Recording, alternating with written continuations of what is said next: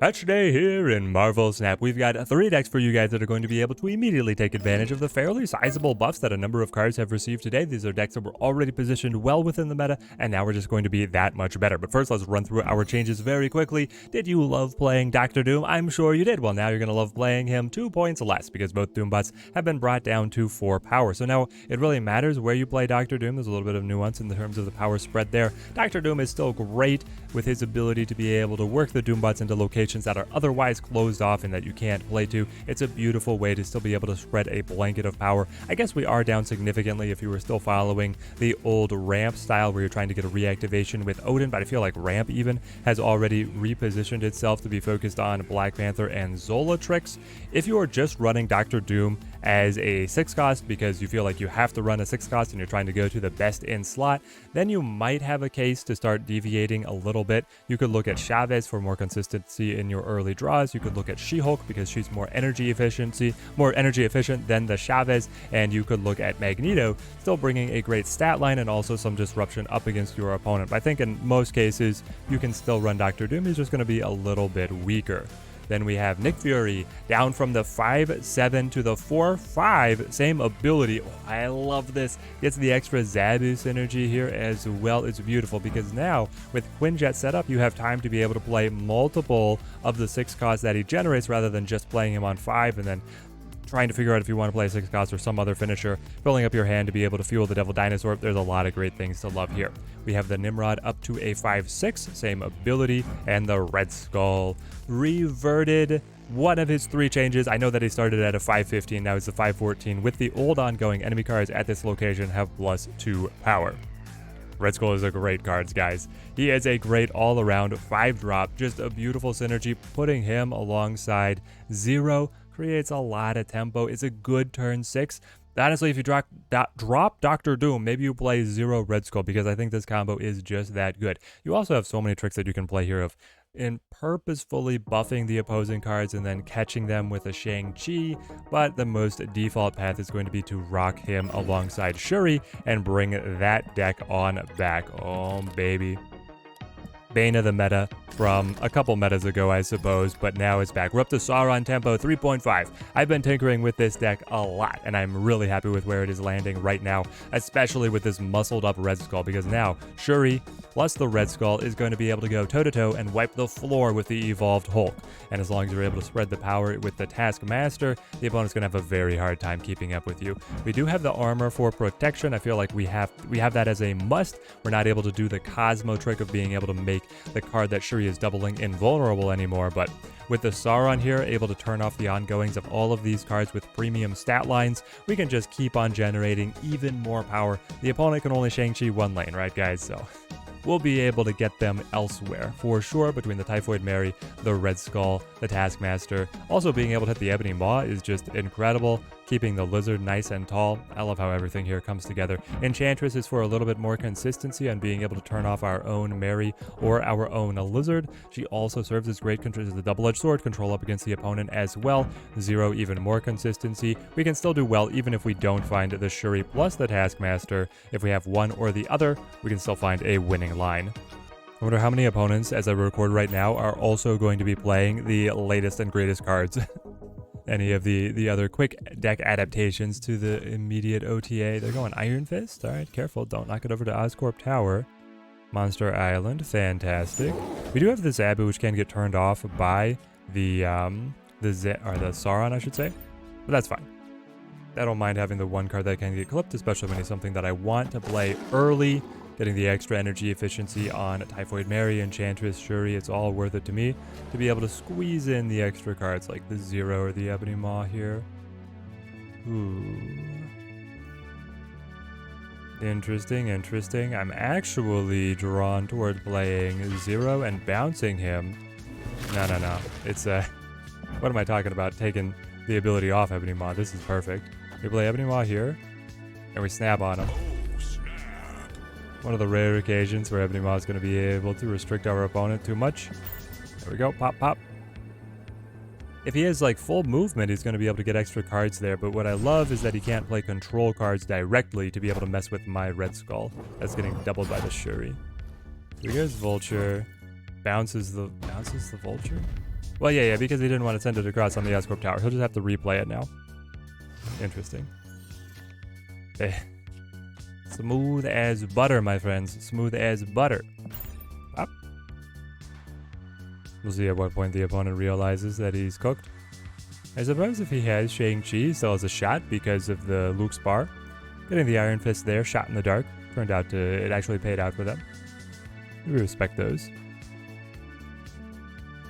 It can feel a little awkward if you're setting up Shuri to be able to buff the Typhoid Mary if you don't have Red Skull in your hand, because then you're going to end up you're going to float some energy because the Typhoid Mary, especially if you have Zabu, is discounted, but the Taskmaster has to be your next card played. So then the combos get a little bit tighter, but it's still, I mean, it's 20 power. It's definitely worth it. Definitely worth it. And especially if you've been able to play anything early, then the 20 plus anything should be securing the lane for you. All right, they go straight in with the Vulture. We double up with the Red Skull. And actually here, because, yeah, it's guaranteed. Is it guaranteed that we drop initiative here? I suppose there's like one, okay, yeah, you pull here. Maybe I don't have the initiative locked up. We do. Perfect. Are you gonna leader? I've seen a lot of the modern movement decks try to finish out with the leader. Actually, there's a guide on that. Just such a deck. But you don't want to leader the Taskmaster. That's going to break all the synergies for you. Gamora. Ooh, that's a new one for me, but it's not good enough for you. I mean, exactly. This is the kind of stat line that's going to be able to beat whatever they play down here, right, guys? Like, Evolved Hulk, doesn't matter. Infinite going on to Dracula, doesn't matter. This is the way. Bonus shout out to this deck being amazing up against Spider Ham. If he hits the Red Skull, he's just taking the ability away for you, doing Sauron's work for him. If he hits the Taskmaster, sure, that's the unfortunate pull. If he hits the Typhoid Mary, that's fantastic. If he catches Enchantress, that doesn't matter too much. The Shuri is a little unfortunate as well. But all around, we're ambivalent if the Spider Ham is taking shots at us. Rolling into our next one, titling this one Destroy Me. Got the Nimrod rocking up here. Modern Destroy, I feel like it's in the meta, sure, but it's missing something, and that something is named X23 to be releasing in 2 months alongside the Dakin season. That'll give them an energy cheat, a regenerating one-cost energy cheat that could also be activated on a discard. I mean, X23 seems insane based on the data mine that we have, and I think that is what's going to really allow this deck to sing, being able to play Nimrod 1 turn earlier, being able to set up Knull 1 turn earlier, and then have so much more ease of access to the combos that can absolutely pop off. It's just all around the most expensive cards that can really turn into engine pieces here. So what we're doing with this list is we are still using the Death and the Knull to have multiple options for our finisher here. I see a lot of decks right now going with the Zola, trying to stack an enormous Venom. That is just so vulnerable to the Shang Chi that I've moved away from that a little bit. You get a little bit of padding of the assurance of still power coming in if you have Knull, so if they Shang Chi your big card, then the Knull can still come in. But I enjoy this list quite a bit. We have the Sabre Tooth, not often seen, but I think that he is underrated by the community. Very good in this deck if you're able to set him up and then have his power maintained on the Venom, and then also giving power to the Knull, and then coming back for free himself. That is a really good 3-cost card to play. And we do have the Negasonic Nimrod Dream. If we can activate that nice and early and then come in with the Carnage and the Venom, that's where we're going to flood the board and really be able to dominate the opponent. There's a lot of different ways that you can take this, playing alongside Destroyer or the Galactus, but again, I think it's really going to come together in about 2 months when we get Dakin, X23, specifically X23, and Lady Deathstrike. I also don't have Deadpool in this list. I suppose that's worth calling out. There are lists that are going to revolve more around Deadpool, but it's so draw dependent to have this 1-cost engine that you want to get set up early to be able to be really effective. Knocking out their APOC there could be, oh, Yandu just gets the dubs, man. All right, guys, so I am 4-1 with the deck, with the loss coming up against High Evolutionary, but all the wins have been without Nimrod ever appearing. And I feel like he ought to show up in the video that is highlighting him getting buffs. So here we are, playing yet again. I come to you yet again asking for Nimrod. I was losing my mind trying to check if Nimrod was not actually in the deck. He was in the deck. He just was not showing. It bears mentioning that this deck fares so well with specific locations that it is a dramatic boon to the deck. The locations often help you. You have Warrior Falls, you have Death's Domain, you have Rickety Bridge, you have Altar of Death, etc., etc. And because it just transforms the match so dramatically when those locations appear or not, that it's worth calling out. Find those locations, find those matches, and make sure that you capitalize. So here we're going to be able to trigger the Bucky with the Sabre Tooth, and then the Winter Soldier will trigger the Sabre Tooth. Great for us. Storming it out. I do have a way back in the form of the Nimrod. And then everything getting destroyed will end up benefiting the Knull. I think this is... Oh man, do I want to drop the Nova? Nova would be a nice little buff boy. But I could play Negasonic. And I might be able to get away with the Nimrod Negasonic Dream combo on 5 to be able to roll into Knull plus Sabre Tooth on 6. Yeah, it might actually be able to happen. Hold on. So what's the full order here? If I play Nova, does it work out? Like, Nova pops here, and then turn 5, Sabre Tooth will come back. The alternative is that I could kill Sabre Tooth multiple times to be able to get Knull slightly larger. Heartbreakingly hard to decide what's better. I think this could be better. Team-wide buffs. Goes Star-Lord, and then Jeff pops. Oh, buddy, I wanted to be able to play my Nimrod. Why would you play on right? Obviously, he wasn't gonna play here, and he only had the Star-Lord. So now what? I guess is the question. Nimrod is what? How does this help me? We'll see. With the Nova buffs. Oh, I should have played him on Warrior Falls. No! Here goes Gamora. I'll flip. This is when Sabre Tooth comes back free. Death is down to a 3 cost. I love that for me. So I can go Deathlock to spread the Nimrods. And then I can play Death, and then I can play Sabre Tooth.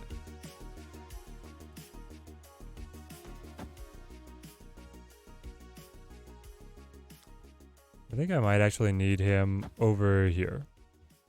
The opponent with the Guardians Lockdown playing. Fascinating.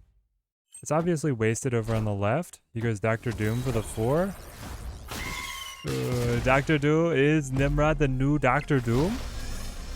He might be. He just might be. I mean, he's bringing more power to the party when he gets into these other locations. So, there's something to be said. So again, I think this deck is going to get miles better once we get the X23 release 2 months from now.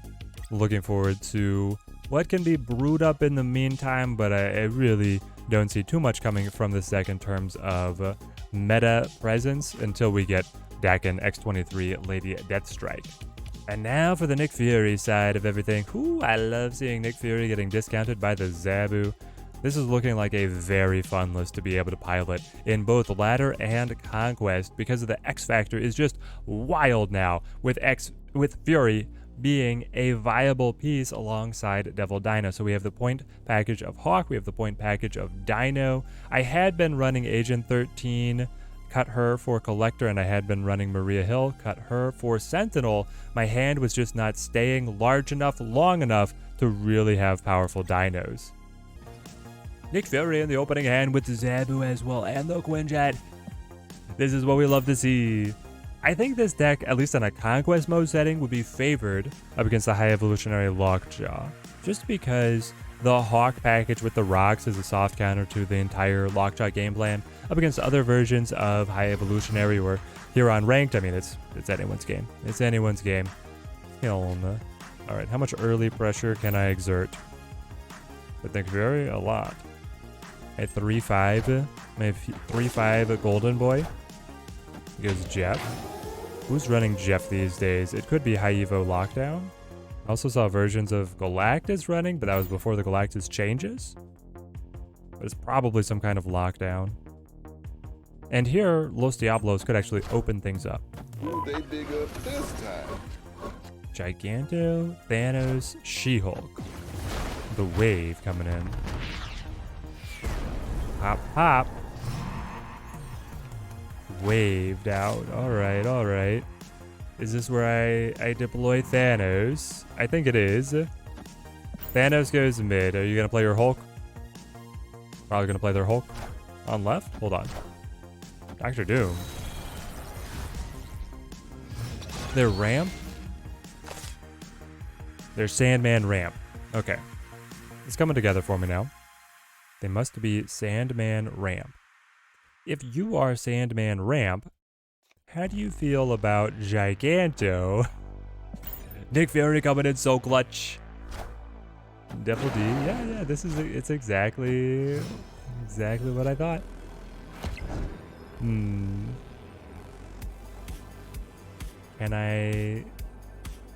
Can I weasel on by ya with the real cheeky play right here?